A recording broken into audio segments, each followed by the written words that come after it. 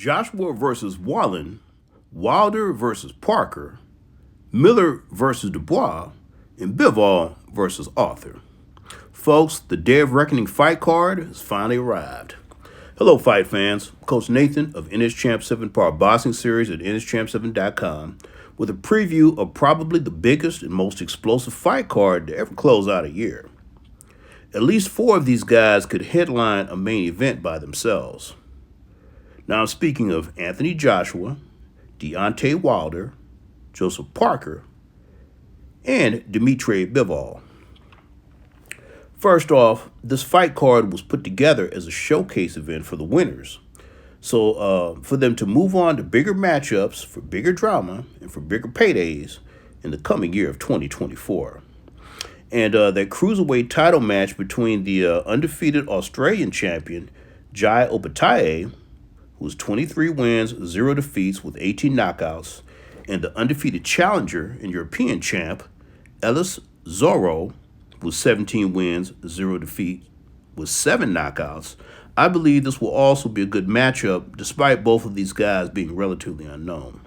And that's because of the champ's Jai's punching power, and both men are young and undefeated. Now, my quick pick fight predictions for the major matches on the rest of the card are as follows. I picked Dmitry Bivol over Lyndon Arthur by late stoppage or unanimous decision.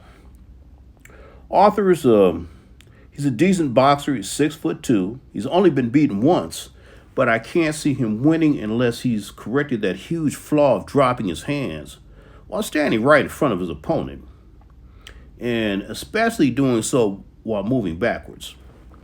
Now, this is what got him dropped by Suarez, whom he got up to defeat, and dropped and stopped by Anthony Yard. And Bivol, not only the world light heavyweight champ, but last year's fighter of the year, he's a couple of levels above both those guys. Now, I picked Jarrell Miller over Daniel Dubois, but here's a little disclaimer to you Jarrell Miller fans out there. Everyone has a personal opinion on this guy, and so here's mine. Unless I missed something in his interviews, Jarrell Big Baby Miller is an arrogant, coon-babbling, twice convicted, unapologetic drug cheat who should be thankful to get a third chance at professional boxing anywhere, let alone a card of this magnitude. So he really shouldn't be here. Once again, forgive me for that biased opinion, if you consider it biased. But the fact of the matter is, he is here. And after having said all of that, he's a big, strong guy who's fearless and durable and can punch. And that's without the drugs. Dubois will have to have reached down deep in training camp to overcome physically and mentally any temptations to quit, which is what happened to him in his 2 losses, the biggest matches he had before. And he's going to have to execute a power-punching game plan to stop, hurt, or cut Miller in order to win. Now, my pick for the co-main event is Deontay Wilder over Joseph Parker, but there could definitely be an upset. Both men can punch, both have been stopped, both have shown tremendous heart, and Parker is 7 years younger. I believe that the deciding factor, though, will be Wilder's one-punch sledgehammer right hand, which can end the fight, even if Parker's ahead in the later rounds on the scorecards. Also, I think Deontay's relaxed and confident demeanor will speak volumes under such a big boxing stage as this.